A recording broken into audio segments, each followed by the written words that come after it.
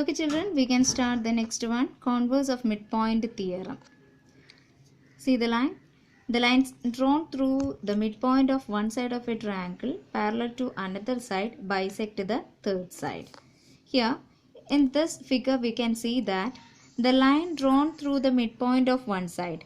If we are taking the triangle ABC and consider E as the midpoint of AB, then the line drawn through this midpoint E will be parallel to the third side, parallel to another side.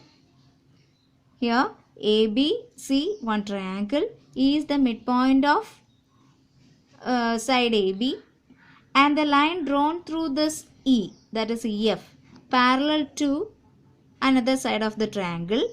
Then this line will bisect the third side, which means F will be the midpoint of AC and AF is equal to FC. That is given in this statement. The line drawn through the midpoint of one side of a triangle parallel to another side bisects the third side. Clear? Here E is the midpoint of AB and the line drawn through E is EF, which is parallel to second side BC. Then it will bisect the third side AC, which means F is the midpoint of AC and also AF is equal to FC. Okay. Then we can come to some questions from exercise 8.2. First question. ABCD is a quadrilateral in which P, Q, R and S are the midpoints of sides AB, BC, CD and DA. AC is the diagonal. Show that SR parallel to AC and SR is equal to half AC. Second, PQ equal to SR. Third one, PQRS is a parallelogram. We can see that ABCD is a quadrilateral. Given is a quadrilateral. Here P, Q, R and S are the midpoints of respective sides. P is the midpoint of AB, Q is the midpoint of BC, R is the midpoint of DC and S is the midpoint of DA. Okay. Then we want AC is the diagonal. That is also given in the question.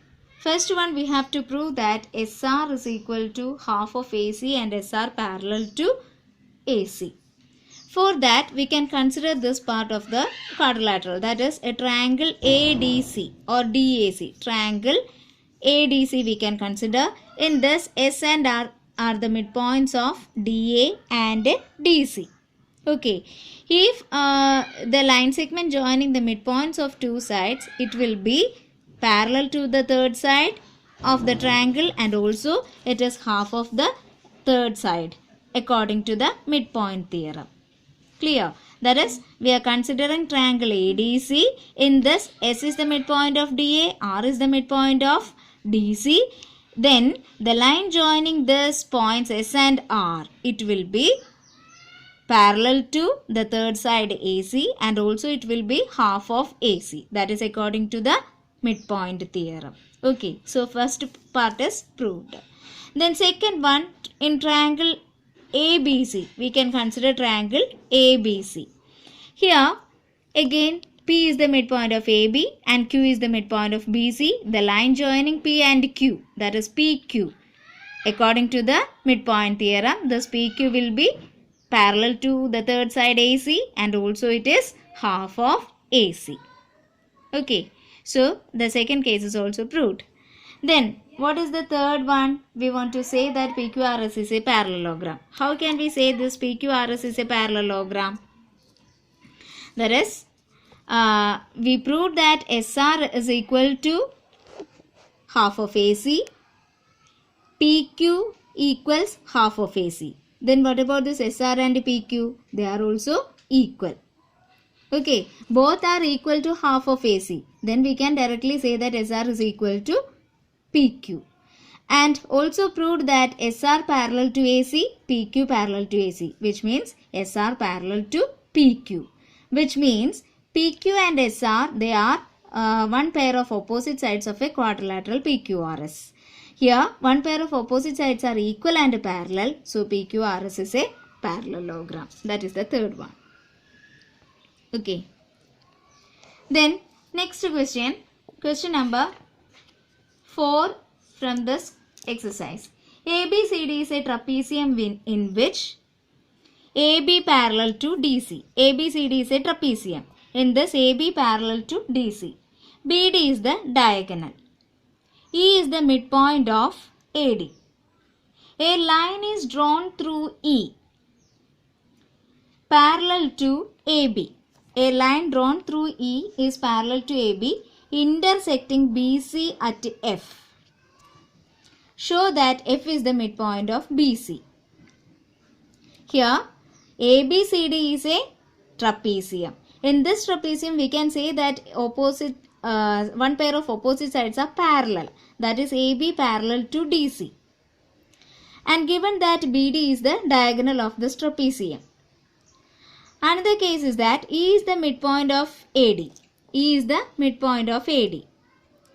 Then line drawn through E is parallel to AB, which means EF is parallel to AB. And we need to prove that this F is a midpoint of BC. Okay. For that, we can consider this triangle ABD. In this, we can see that E is the midpoint of AD. It is given. The line drawn through E is parallel to AB, which means here we can see one point G is marked in the intersecting point of this horizontal and the diagonal. G is the point of intersection of this point. Here we can see EG is the part of EF. So EG is also parallel to AB. Okay. Then by using the converse of midpoint theorem, we can say that E is the midpoint of one side of the triangle ABD. And the line through E, through this midpoint, that is EG, parallel to AB. Then, by the converse of midpoint theorem, this EG will bisect the third side DB, which means G is the midpoint of DB. So, we can say DG is equal to GB. Clear? Converse of midpoint theorem. Now, consider this part of triangle. That is BCD. This triangle you can consider. In this triangle again we can say that now we proved that G is the midpoint of BD. Okay. GF, the line drawn through G. This is parallel to AB. Already given that EF parallel to AB. And also we know since it is a trapezium, AB parallel to DC. One pair of opposite sides are parallel. So this GF and EF will be parallel to DC. So here this part also we can consider as the parallels to DC. GF is parallel to DC. Okay. So G is the midpoint of BD and the line drawn through G is parallel to DC. Then by converse of midpoint theorem, this GF will bisect the third side BC, which means F is the midpoint of BC. Clear? We are applying the converse of midpoint theorem. Thus, the theorem is proved here. Okay. Next we can see fifth question.